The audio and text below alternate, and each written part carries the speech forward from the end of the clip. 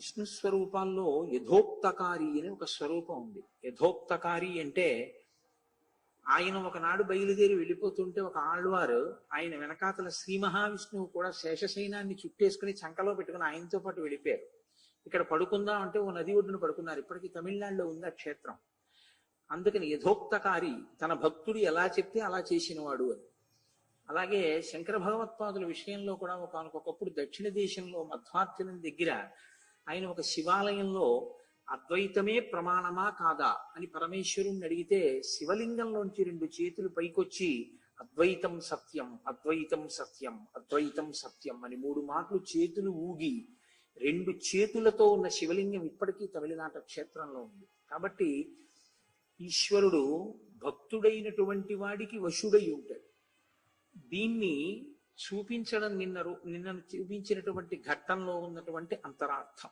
భక్తి ఎంత గొప్పదో మీరు గ్రహించవలసి ఉంటుంది. ఇప్పుడు మొట్టమొదటిసారి జీవితంలో మొట్టమొదటిసారి ఓడిపోవడం అంటే ఇంతకు ముందు కూడా ఓడిపోయాడు. వాలి చేతిలో ఓడిపోయాడు, కార్తవీర్యార్జునుడి చేతిలో ఓడిపోయాడు. కానీ తాను ఇన్ని డాంబికాలు పలికి మానవుడు నన్నేం చెయ్యగలడు అని అధిక్షేపించినటువంటి వాడు, రాముడు తనని ఏమీ చెయ్యలేడు అని కృతనిశ్చయంతో ఎంతమంది చెప్పినా వినకుండా యుద్ధ భూమికి వెళ్ళిన వాడు, ఒక్క క్షణకాలంలో, అంత తక్కువ కాలంలో తన రథాన్ని, గుర్రాల్ని, సారథిని పడగొట్టి నిన్ను చంపకుండా వదిలేస్తున్నాను, చేతిలో నీకు అస్త్రము లేదు కాబట్టి, శస్త్రము లేదు కాబట్టి నీవు బయలుదేరి మళ్ళీ నీ అంతఃపురంలోకి వెళ్ళి నేటి రాత్రి విశ్రాంతి తీసుకుని రేపు ఆయుధాలతో కలిసి యుద్ధానికి రా, అప్పుడు నీతో యుద్ధం చేస్తాను అంటే అంతగా అవమానింపబడి అంతఃపురాన్ని చేరుకున్నటువంటి రావణాసురుడు చాలా మదనపడ్డాడు. విచిత్రం ఏమిటంటే ఆయనకి ఇప్పుడు జ్ఞాపకానికి వచ్చాయి ఆయనకున్న శాపాలు. ఇంతకాలం ఆయనకి జ్ఞాపకం రాలేదు.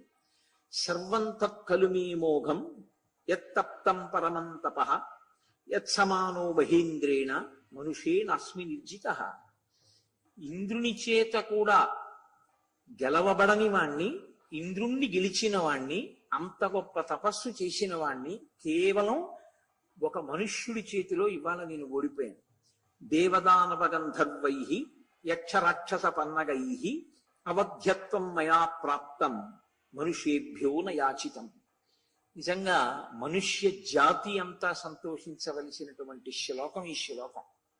ఎందుకంటే మనుష్యులు నన్నేం చేస్తారు అని చెప్పి కనీసం నేను వాళ్ళ చేతిలో ఓడిపోనన్న వరం కూడా అడగను అని ప్రగల్భాలు పలికిన వాడు ఇవాళ అంటున్నాడు, నేను దేవదానవ గంధర్వ యక్ష రాక్షస పన్నగముల చేత సంహరింపబడకుండా బ్రహ్మగారిని వరం కోరాను, కానీ మనుష్యుల చేత నేను వధింపబడను అని వరం కోరుకోకపోవడం ఎంత పొరపాటైందో నాకు ఇవాళ అర్థమైంది. అంటే ఒక మనుష్యుడు అంత శక్తి కలిగి ఉంటాడు అని మహానుభావుడు రామచంద్రమూర్తి ఒక నరుడిగా ఈ భూమి మీద నడచి మనుష్య జాతికే అంత కీర్తి ప్రతిష్టలు తెచ్చినటువంటి అవతారం రామావతారం. అందుకే రామావతారాన్ని, రామచంద్రమూర్తిని ఉపాసన చెయ్యకుండా, ఆయనని పూజించి ఆయన పట్ల భక్తి లేకుండా ఉన్నటువంటి నరజన్మ సార్థకత లేని నరజన్మ.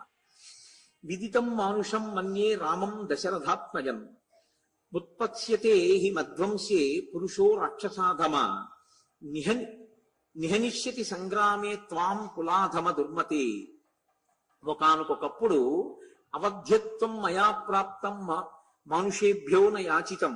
నేను చాలా గర్వంతో ఉన్నాను, మనుష్యులు ఏం చేయగలను. కానీ ఇక్ష్వాకు వంశంలోనే పుట్టినటువంటి అనరణ్యుడు అనబడేటటువంటి రాజుతో నేను యుద్ధం చేసి ఆయన పట్ల అమర్యాదతో ప్రవర్తించినప్పుడు, ఆయన పట్ల హింసాత్మకంగా నేను ప్రవర్తించినప్పుడు ఆయన ఒక శాపవాక్కు విడిచిపెట్టాడు. మా వంశంలో జన్మించిన వాడే నీ మృత్యువునకు హేతు అవుతాడు అని.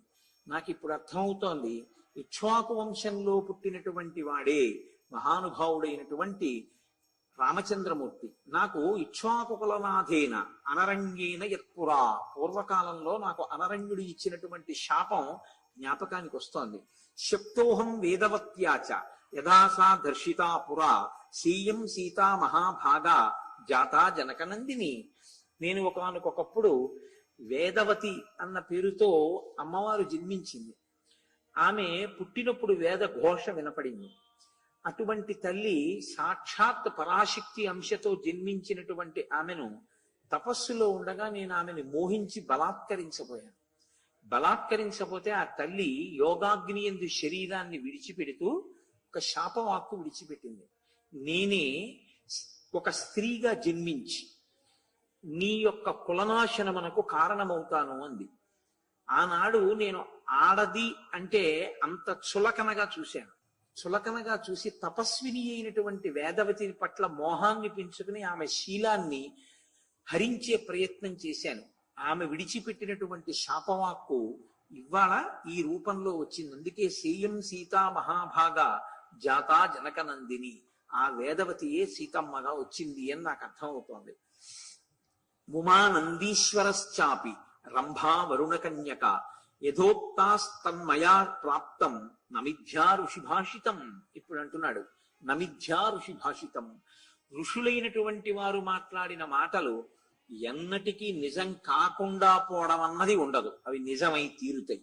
ఒకప్పుడు ఉమా పార్వతీదేవి నన్ను శపించింది. పరమేశ్వరుడితో కలిసి క్రీడిస్తున్నటువంటి తల్లి, నర్తిస్తున్నటువంటి తల్లి కైలాస పర్వతం మీద ఉండగా నేను కైలాస పర్వతాన్ని కదిపాను.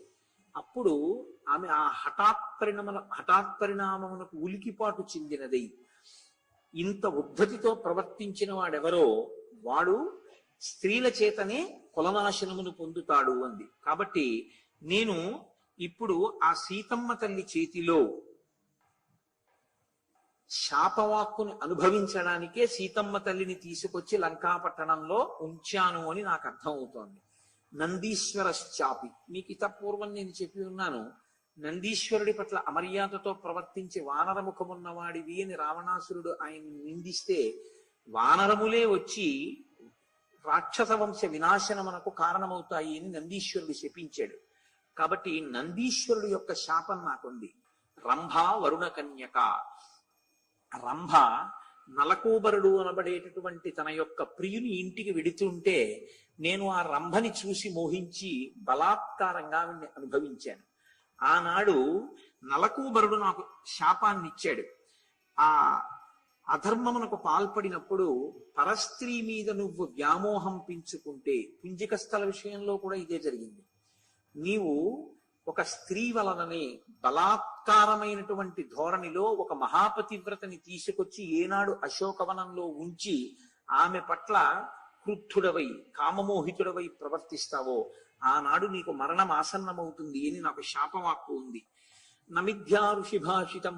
పుంజిక స్థలానబడేటటువంటి ఒక అప్సరస విషయంలో కూడా నేను ఇలాగే అమర్యాదగా ప్రవర్తించి ఆమెని కూడా బలవంతంగా అనుభవిస్తే, ఆమె చతుర్ముఖ బ్రహ్మగారు సభలో ఉండగా వెళ్ళి నీ వంశంలో జన్మించిన వాడు స్త్రీల పట్ల ఇంత అమర్యాదతో ప్రవర్తిస్తున్నాడని తన గోడు వినిపిస్తే, క్రుద్ధుడైన చతుర్ముఖ బ్రహ్మగారు ఇక నుండి నువ్వు ఏ స్త్రీ జోలికైనా ఆమె ఇష్టము లేని స్త్రీని నీవు అనుభవించే ప్రయత్నం చేస్తే నీ తల వ్రక్కలైపోతుందని శాపవాక్కు విడిచిపెట్టాడు. కాబట్టి ఇన్ని కారణములను చూస్తే నా మృత్యువుకు ఏవి హేతువులో వాటన్నిటినీ నేను ఇక్కడికి తీసుకొచ్చాను అని నాకు అర్థం అవుతోంది. కాబట్టి ఇప్పుడు నన్ను ఈ కష్టం నుంచి గట్టెక్కించగలిగిన వాడెవరు?